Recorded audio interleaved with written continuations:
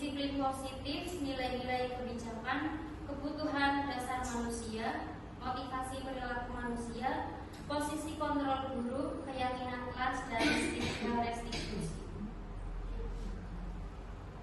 Pembelajaran dengan paradigma baru merupakan pembelajaran yang dirancang berdasarkan prinsip pembelajaran berdiferensiasi, sehingga para peserta didik belajar sesuai dengan kebutuhannya, berdasarkan tahap perkembangan sesuai teori psikologi modern untuk mewujudkan profil belajar Pancasila.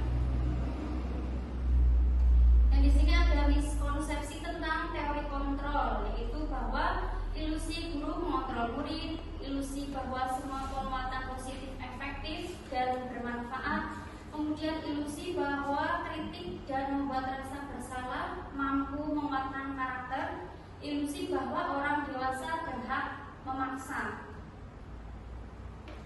Selanjutnya di sini ada paradigma stimulus respon ke pendekatan teori kontrol. Yang pertama, stimulus respon realitas kebutuhan kita sama, padahal realitas kebutuhan manusia itu berbeda-beda dan yang lain. Selanjutnya kita memahami arti kata disiplin.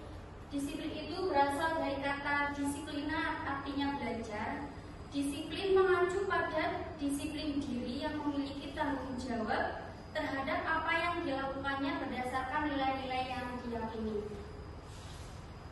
Disiplin positif merupakan salah satu cara penerapan disiplin yang bertujuan untuk menumbuhkan kesadaran serta memberdayakan peserta didik tanpa imbalan, tanpa penghargaan atau reward, ancaman ataupun hukuman. Jadi sebagai peserta didik tujuannya itu untuk menciptakan peserta didik yang memiliki disiplin dari diri sendiri, sehingga mereka berperilaku mengacu kepada nilai-nilai kebijakan universal dan memiliki motivasi intrinsik dalam perubahan perilaku ke arah yang lebih baik.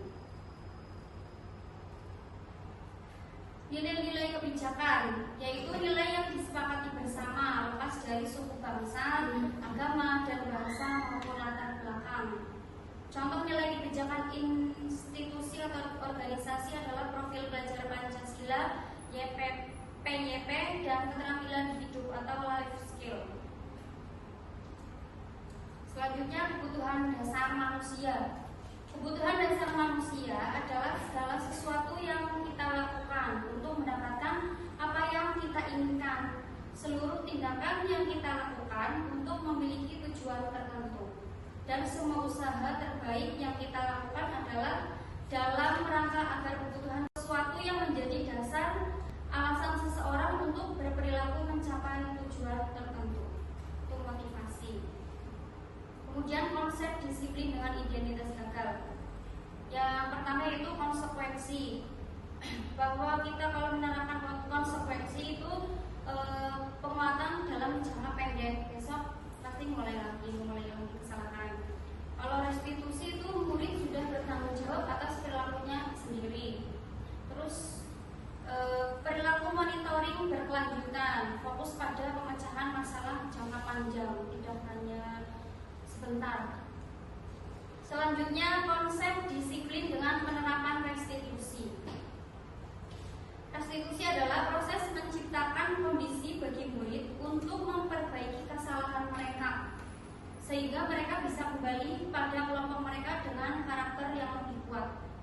Ciri-ciri restitusi yang pertama bukan untuk menebus kesalahan, namun untuk belajar dari kesalahan. Yang kedua, memperbaiki hubungan. Yang ketiga, tawaran, bukan paksaan. Selanjutnya, fokus pada karakter, bukan tindakan. Fokus pada solusi dan mengembalikan murid yang berbuat salah kepada kelompoknya. Perbedaan, di sini ada kasus contoh siswa sering tidak mengerjakan PR. Di sini ada hukuman, konsekuensi, dan restitusi. Perbedaannya, kalau hukuman, guru menghukum murid dengan berdiri 10 menit di depan kelas, itu hukuman. Kalau konsekuensinya guru memberikan konsekuensi untuk menulis PR sebanyak 3 kali. Nah, di sini kita sebagai guru ada yang menggunakan restitusi ya. Contohnya guru menanyakan kepada dirinya dan membantu murid menyelesaikan masalah atau mengasih solusi. Kemudian di sini ada posisi kontrol guru. Kasusnya, contoh siswa tidak memakai atribut lengkap pada saat upacara. Perbedaannya, kalau guru menerapkan hukuman berdiri di depan barisan. Kemudian kalau sebagai teman, ayolah buat guru bangga, kali ini tidak apa-apa. Kemudian kesalahan guru. Selanjutnya keyakinan kelas. Mengapa tidak peraturan saja? Mengapa keyakinan kelas? Bisa jawab itu. Kenapa keyakinan kelas tidak peraturan kelas saja?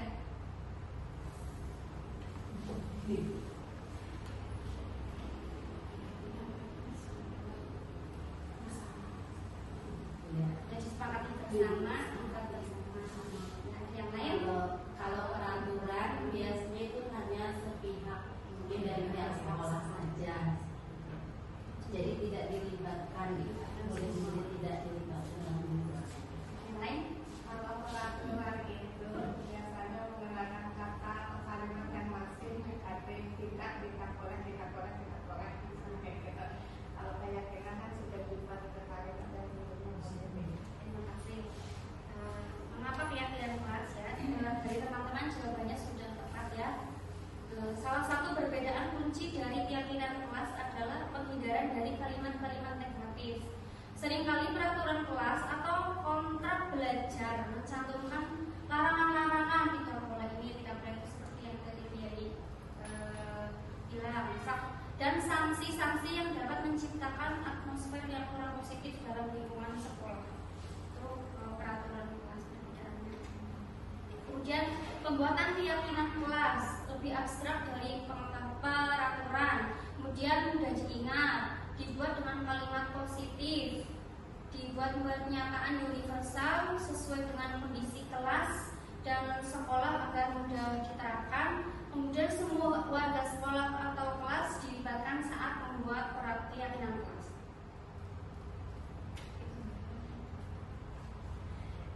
Lanjut, segitiga restitusi.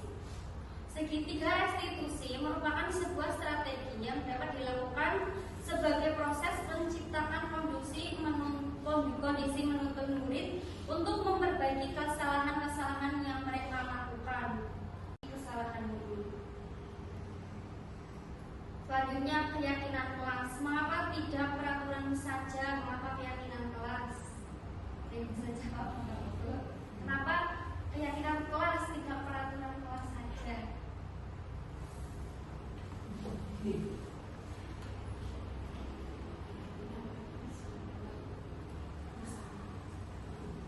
Jadi sepakati bersama. Yang lain? Kalau peraturan biasanya itu hanya sepihak, mungkin dari pihak sekolah saja. Jadi tidak dilibatkan, murid-murid tidak dilibatkan dalam pembuat. Yang lain? Kalau peraturan itu biasanya menggunakan kata atau kalimat yang masing negatif, tidak boleh misalnya kayak gitu. Kalau keyakinan kan sudah berubah ke kalimat dan bentuknya positif. Terima kasih. Mengapa keyakinan kelas ya? Dari teman-teman jawabannya sudah tepat ya. Salah satu perbedaan kunci dari keyakinan kelas adalah penghindaran dari kalimat-kalimat negatif. Seringkali peraturan kelas atau kontrak belajar mencantumkan larangan-larangan, tidak boleh ini, tidak boleh itu, seperti yang tadi bilang, dan sanksi-sanksi yang dapat menciptakan atmosfer yang kurang positif dalam lingkungan sekolah. Itu peraturan kelas perbedaannya. Kemudian pembuatan keyakinan kelas lebih abstrak dari peraturan, kemudian mudah diingat, dibuat dengan kalimat positif, dibuat pernyataan universal sesuai dengan kondisi kelas dan sekolah agar mudah diterapkan. Kemudian semua warga sekolah atau kelas dilibatkan saat membuat keyakinan kelas.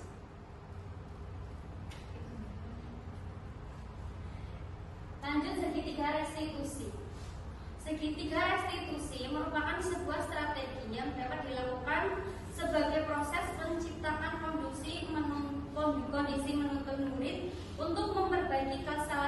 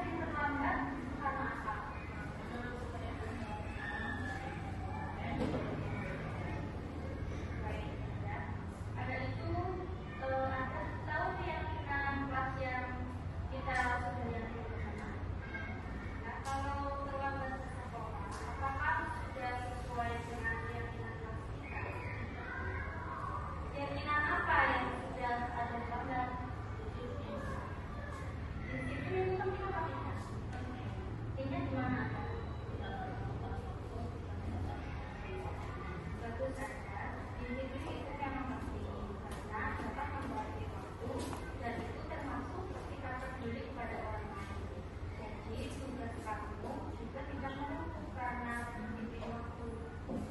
Saya menuntut ya, ada yang sudah minta maaf dan tidak akan mulai lagi ya. Kamu sudah menunjukkan sikap baik kamu karena sudah minta maaf. Kira-kira ada keselamatan apa untuk menyelesaikan masalah ini?